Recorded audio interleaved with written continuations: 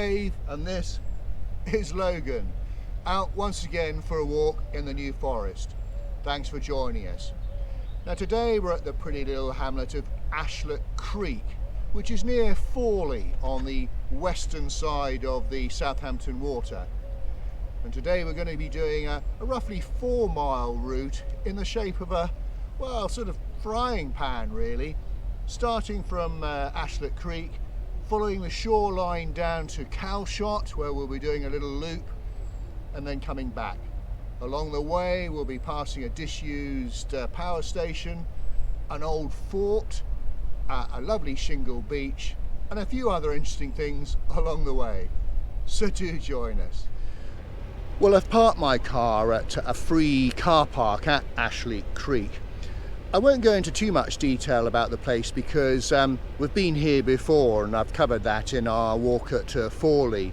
But basically it's a small hamlet based around a natural creek.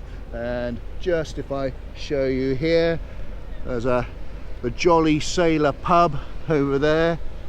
And just walking around here, there's this magnificent old mill. It's a tidal mill. It's no longer in use these days. And then, well, the tide's out at the moment, so it looks a little bit muddy. But this quay here, if you go back to the 20th century, ships as big as 150 tons used to come up and unload. But these days, I apologise if the sun goes directly in your eyes, it's just used for boats and yachts. We're just about to leave Ashlett Creek and make our way along the shoreline, but before I do, I'm just behind this lovely property and chatting to Tom, who lives here, who tells me there's a little bit of a story about the place. Hello, Tom. Hiya.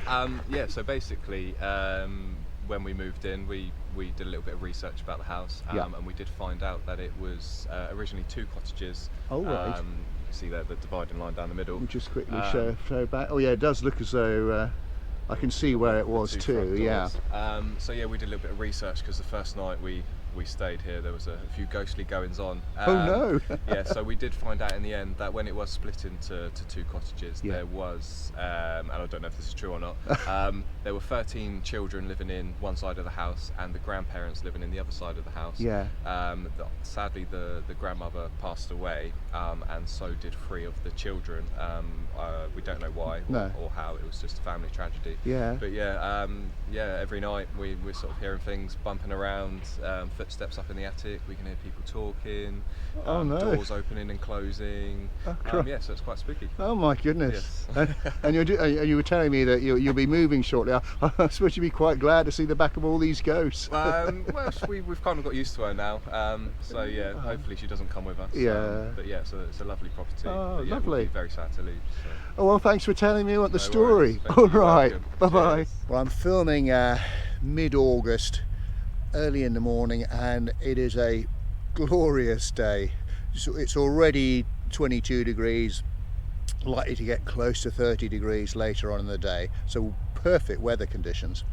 So the first part of the walk, we're going to be following the shoreline from Ashlett Creek down to Calshot, and just behind me here is the sailing club, which is where we ended the walk when we did the Fawley to Ashlett Creek video. So if I just turn around and show you the view that I'm looking at, and this is across to that's the Southampton Water, and you can see in the very far distance these massive oil tankers that are berthed alongside a sort of jetty that's about a mile long, and they're delivering oil to the massive Fawley oil refinery, which is on the left of me here.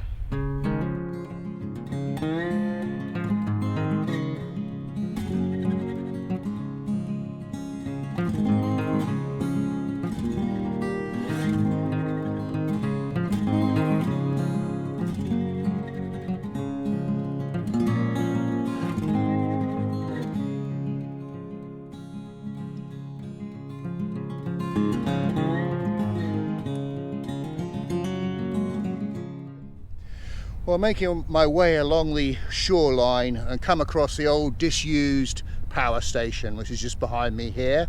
So let me show you what it is. I say it is now disused. It was an oil-fired power station built between 1965 and 1969 and commissioned in 1971. And it had 4 boilers, each had 32 oil burners, producing 2,000 megawatts, enough to power 1 million homes. But it was shut down in 2013 due to the EU Large Combustion Plant Directive, which limited flue gas emissions for any plant producing a thermal capacity above 50 megawatts, and it applied to fossil fuel power stations. And here we are, a little bit more of the power station, the massive 650 foot high tower, which I believe is due to be demolished later this year. The plan is to demolish everything here and to turn it into a 1,400 home community. And just looking at those 4 big sort of cubes in front, those are the original boilers. And then just panning around to the left, that's the flying saucer design control building. Looks like something out of Tracy Island, doesn't it? I keep expecting to see Thunderbird 2 pop out of it any second. But now just in front you can probably make out it's a massive wind turbine blade, because there is still a bit of industry here, and these blades are actually manufactured on the Isle of Wight, and they're transported across the Solent to here by barge, painted, and then shipped off from Portsmouth. Well, we're now past the delights of the power station. I know it's not the prettiest thing to look at, but we're continuing to head along the shoreline here. It's a very hazy day, so I'm not sure how this is going to look at the moment, but in the far distance you can see Calshot, or the Calshot Spit, and that is where we're going to be heading. There's a lovely breeze coming off the sea, which is cooling us down as well, which is great. Well, we've now made our way to the Calshot Spit, which is basically a 1-mile sand and gravel bank, and at the end of it is something called, or was called, RAF Calshot. It was opened as a naval station here in 1913. The Royal Flying Corps were based here. It was taken over by the RAF in 1918 and basically became a base for seaplanes. Now, in between the wars, Calshot became home to the High Speed Flight, a small RAF squadron formed to compete in the Schneider Trophy, which is a competition for seaplanes, in 1927, 1929 and 1931. Now, T.E. Lawrence of Arabia fame, he was based here and helped with the preparations of the Schneider Trophy in 1929. At the start of World War II, there were a couple of flying boat squadrons based here, but it was considered far too dangerous being too close to the Southampton docks, so they moved away from here. However, during the war, the area was still used for the repair and maintenance of flying boats. After the war, there was an RAF squadron based here, but the station closed in the early 1960s. They reckon that something like 777 Sunderland seaplanes were built here, but very few remain intact today. These days the site is used as an activity centre, and also the RLNI have a base here. Well, right on the end of Calshot Spit here, and this is the views looking north across Southampton Water. As I said, it is still a bit of a hazy day, but even so, a lovely breeze cooling me down. And then this is panning around to the old, well, you can see the oil refinery in the very far distance, and then the old power station. And then this is the northern side of the spit here, and you can see where the flying boats used to come into off the sea into the hangar. And when it was an RAF station in the Second World War, there were two camps. There was the camp at the east end of the Spit, which was the operations camp here, and then the accommodation camp was at the west end. We'll have a look at that later on. And there was a mini railway between the two. Well, that really does look fun, doesn't it? Look at him go. The only problem is, where would you put your Whippet?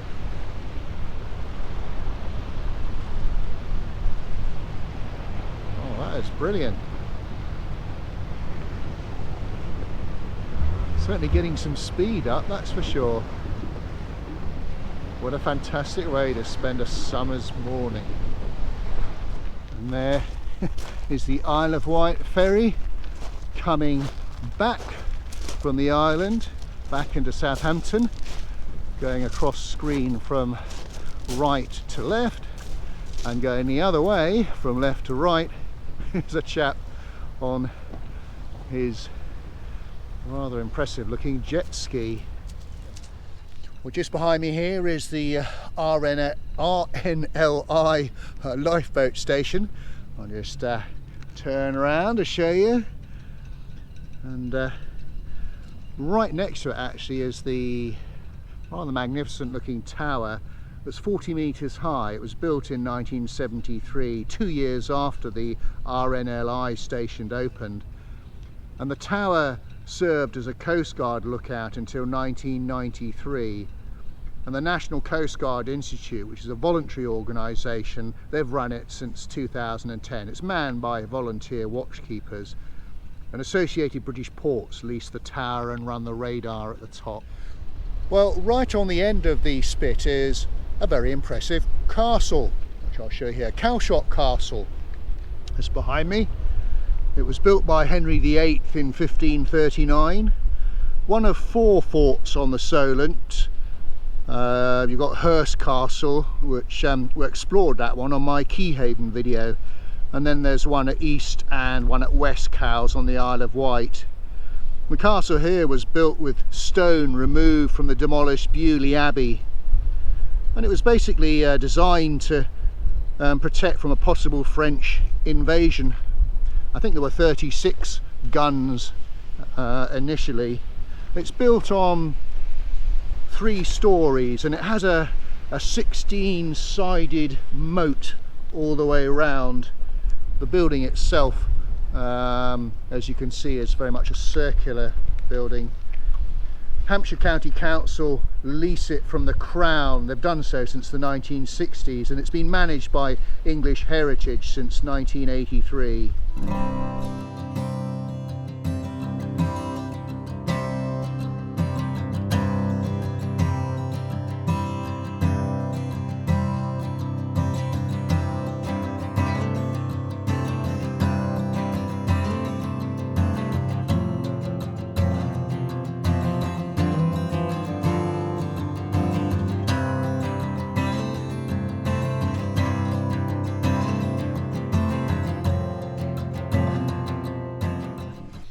Well, we really are having a great time out on the beach now. Some superb views all the way around. So this is looking north.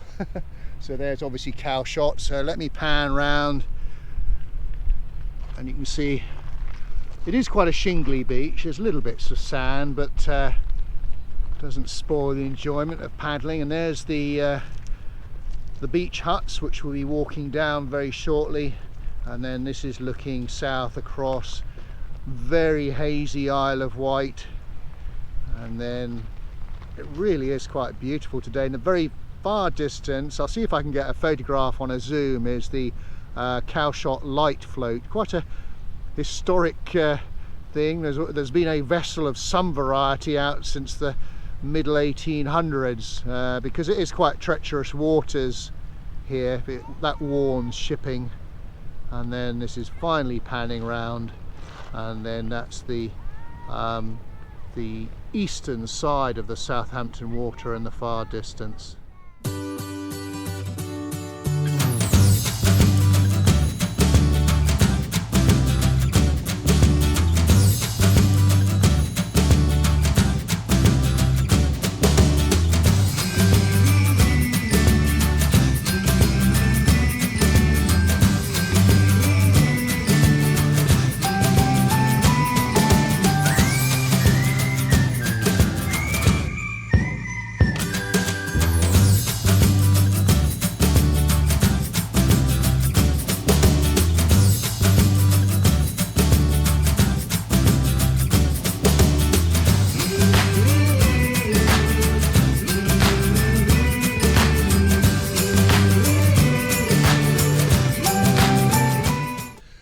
we've now made our way to the end, or the western end of the Calshot Spit. We're going to have a little look at Calshot itself, and we're just behind the beach huts. The road that goes alongside it, Jack Maynard Road, that was named after a district councillor who died in 2002. He helped see the Calshot Activity Centre survive difficult times in the early 1990s. Well, I mentioned earlier on that the Calshot camp during the war was split in two, and here at the western end, this is the accommodation area during the war. There are still little bits of evidence behind.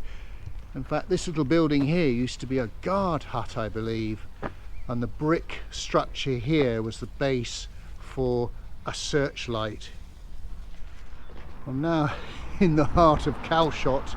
It's not a very big place. Now this is called Tristan Close, and these houses here used to be the married quarters for the camp. But the reason behind the naming of Tristan Close, there's a small island in the South Atlantic called Tristan Da Canha, which is a British overseas territory. Very remote, no airstrip. I think you can only get there by boat, and that's a 6-day trip from South Africa. Anyway, it's got a volcano, and it erupted in 1961, and the 264 islanders were evacuated here. And as Calshot camp was empty, the evacuees were allowed to use these houses. They returned to the island in 1963, but that's why it's called Tristan Close. Oh, look at all those birds. I haven't got my glasses on, I can't quite see what they are, but obviously feeding on something over there. Oops, and they're off. Right, well, I'm on the homeward leg now. We're just going to follow a path out of Calshot back to the power station, and then back along the shore to Ashlett Creek. Well, we were just about to put the camera away on the way back, and I come across this. This has got to be something to do with the Second World War, hasn't it? That looks like some sort of gun position. A little defence, tiny little defence building of some variety. What it's defending, I don't know, because it's just marshland out here. I'll have to look up when I get back. Well folks, we've come to the end of our walk. We thought we'd do the end piece right back at Calshot Castle. We hope you enjoyed it and found it interesting. If you did, please give us a thumbs up and a like, and do make a comment. And as I always say, please do subscribe if you haven't already done so. We're off now for a nice cup of tea somewhere. So until we meet again, thanks for watching, and cheerio.